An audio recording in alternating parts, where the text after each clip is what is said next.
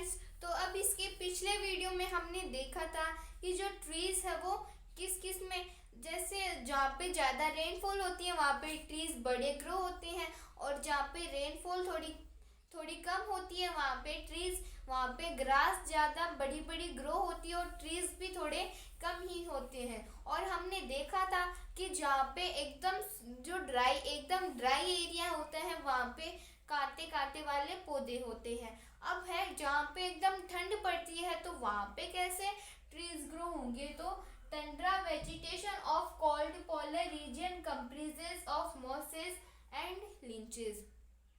जो tundra vegetation है कहाँ का, कोल्ड पोलर रीजन्स का, तो वहाँ पे क्या क्या ग्रो होता है, मोसेस एंड लिंचेस।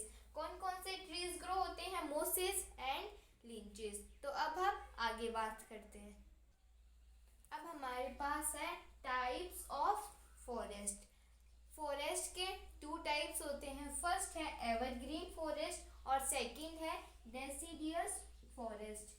फर्स्ट तो है एवरग्रीन फॉरेस्ट और सेकंड इज डेसिडियस फॉरेस्ट।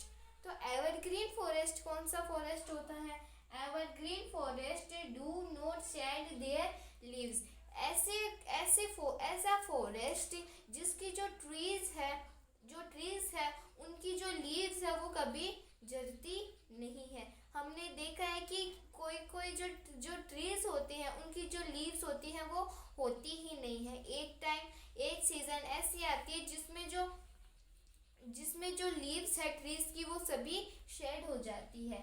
और एवरग्रीन का मतलब वो फॉरेस्ट जिनकी जो ट्रीज है वो शेड नहीं होती, वो हमेशा ग्रीन की ग्रीन ही रहती है। और डेसिडियस फॉरेस्ट मतलब deciduous forest shade there leaves in particular season. Deciduous forest जो है उसकी जो लीव्स है वो एक सीजन ऐसी आती है जिसमें उनकी जो पेड़ है उसके ऊपर ट्री के ऊपर लीव्स रहती ही नहीं है।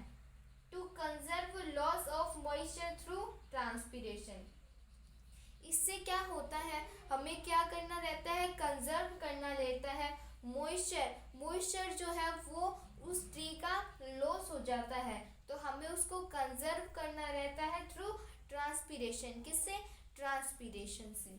फिर है large area of forest are cleared up to grow crops for growing population.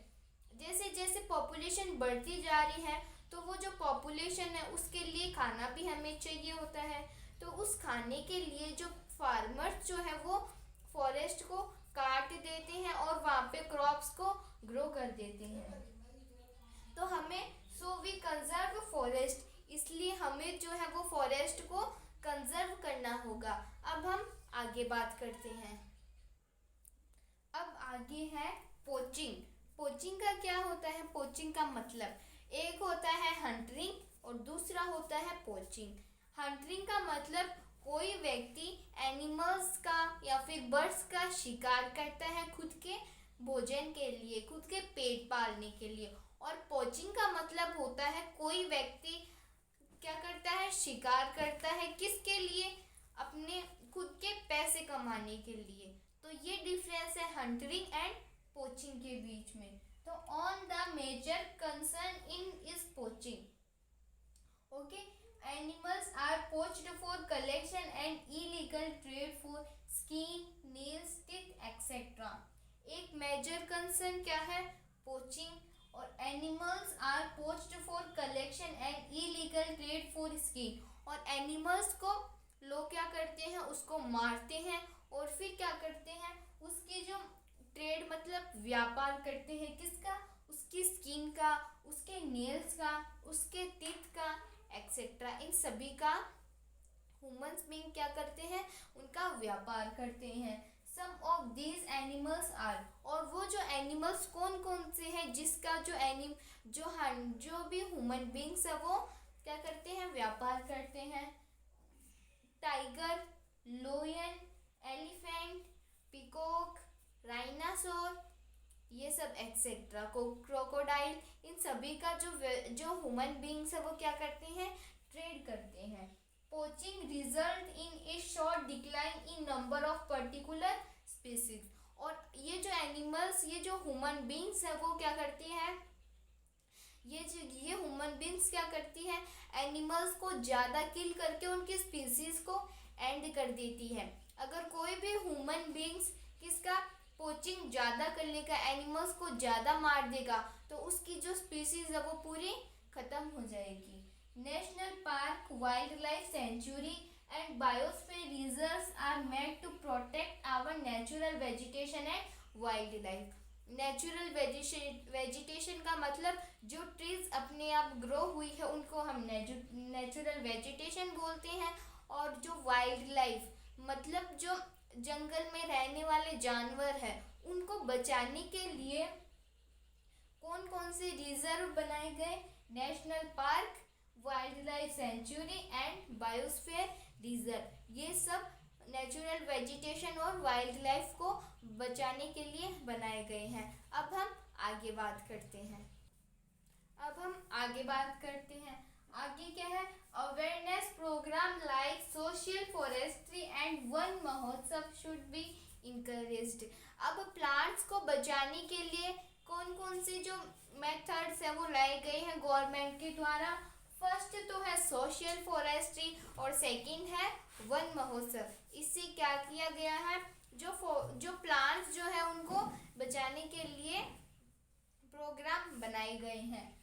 फिर many countries have passed law against the trades as well as killing of birds and animals. जो बहुत सारी जो कंट्रियां हैं उन्होंने क्या किए हैं, कानून बनाए हैं अगेंस्ट, किसके विरोध में, जो ह्यूमन बींग्स है वो व्यापार करते हैं उनके अगेंस्ट में उन्होंने क्या बनाए हैं, लॉ बनाए हैं। किसका व्यापार करते हैं वो, बर्ड्स एंड एनिमल्स का।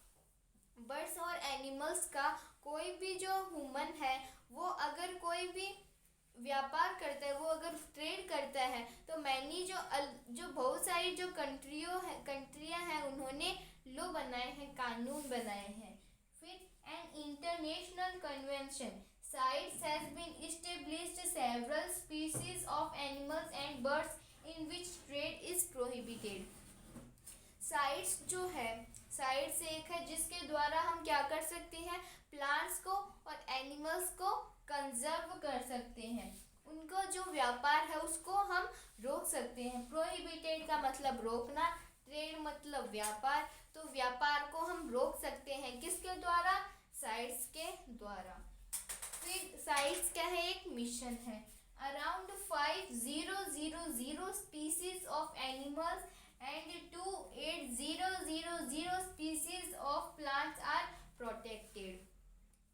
कितनी स्पीसीज, 5000 स्पीसीज किसकी, एनिमल्स की, और 2800 स्पीसीज किसकी, प्लांट्स की क्या की है, मतलब बचाई गई है। अब हम फॉरेस्ट फायर के बारे में आगे बात करते हैं। अब आगे है फॉरेस्ट फायर। फिर है forest fire is a threat to entire region of flora and fauna. Forest का मतलब जंगल और फायर का मतलब आग, तो जंगल में आग लगना उसे हम क्या बोलते हैं, फॉरेस्ट फायर। अब फॉरेस्ट फायर के कारण एंटायर मतलब पूरी, रीजन का मतलब जाति, और फ्लोरा मतलब जितने भी फ्लावर्स, प्लांट्स वगैरह ये सब होते हैं उनको हम क्या बोलते हैं, फ्लोरा। एंड फौना, और जितने भी प्रकार के एनिमल्स होते हैं उन्हें हम क्या बोलते हैं, फौना। तो जब फॉरेस्ट फायर होती है तो फ्लोरा और फौना दोनों की जो जाति है उनको बहुत कष्ट होता है। तो it occurs due to mainly 3 reasons. ये किसके कारण होती है, 3 रीजन्स के कारण होती है। फर्स्ट है natural fire due to lightning, जब बिजली कड़कती है उसके कारण भी क्या होती है, जंगल में आग लग जाती है। Fire due to littering by careless people, और कुछ जो पीपल है वो अगर जंगल के रास्ते से जा रहे होते हैं, अगर कोई व्यक्ति सिगरेट पी रहा होता है तो वो सिगरेट पी के फॉरेस्ट में थ्रो कर देता है, तो इसके कारण भी क्या होती है, जंगल में आग लग जाती है। जो पीपल है उनकी लापरवाही के कारण भी जंगल के अंदर आग लग जाती है। Purposely caused by local inhabitants mischief makers. और कई बार तो आग को जानबूझकर भी लगाए जाते हैं। फिर अब हमारे फॉरेस्ट में आग तो लग गई, अब हम उससे कैसे बच सकते हैं? Forest fire can be controlled by, किसके द्वारा कंट्रोल होती है forest fire? By creating and awareness and also by proper detection. अगर कोई व्यक्ति, अगर लाइटनिंग मतलब बिजली कड़कने के कारण अगर आग लग गई तो उसका तो हम कुछ कर नहीं सकते, लेकिन हाँ उसको हम थोड़ा बहुत, अगर लाइट बढ़ गई तो हमें उस, अगर लाइट लग गई फॉरेस्ट के अंदर तो हमें उसका पता चलना चाहिए। और अगर कोई व्यक्ति जानबूझ के फॉरेस्ट में आग लगा रहा है, और अगर कोई व्यक्ति केयरलेस पीपल है, वो अगर फॉरेस्ट के रास्ते से गुजर रहा है और सिगरेट को फॉरेस्ट के अंदर फेंक दिया तो इसके कारण भी क्या होगा? फॉरेस्ट के अंदर आग लग जाएगी। तो जो व्यक्ति केयरलेस होते हैं उनके अंदर हमें जागरूकता, उन्हें हमें जागरूकता देनी चाहिए। एंड प्रॉपर डिटेक्शन का मतलब, कोई अगर वहाँ पे proper detection of fire bye ground patrolling का मतलब, कोई जो व्यक्ति होते हैं, वन अधिकारी होते हैं, वो वन के अंदर इधर उधर घूमते रहते हैं। तो अगर किसी को पता चल गया कि यहाँ पे आग लग रही है तो वो अपने और भी अधिकारी हैं उनको बता दे कि आग कितनी बड़ी है, किधर से आ रही है, उससे कैसे बचा जा सके। तो उसका मतलब होता है प्रॉपर डिटेक्शन। ग्राउंड पेट्रोलिंग का मतलब इधर उधर घूमना। एंड कम्युनिकेशन नेटवर्क, और उनके पास एक ऐसा मोबाइल नहीं होता क्या जिससे एक से मोबाइल से सभी को पता चल जाता है, तो वो होता है कम्युनिकेशन नेटवर्क। तो कम्युनिकेशन नेटवर्क होना चाहिए। अगर कहीं पे आग लग गई और ये जो अधिकारी होते हैं, वन अधिकारी, उसे उसमें से किसी ने देख लिया तो वो उस कम्युनिकेशन नेटवर्क के द्वारा पूरी अपनी जो टीम है उन्हें बता दे। इसी के साथ हमारा जियोग्राफी का चैप्टर नंबर 2 कंप्लीट होता है। अगर आपको किसी भी प्रकार का डाउट है तो हमें कमेंट बॉक्स में पूछ सकते हैं। Thank you.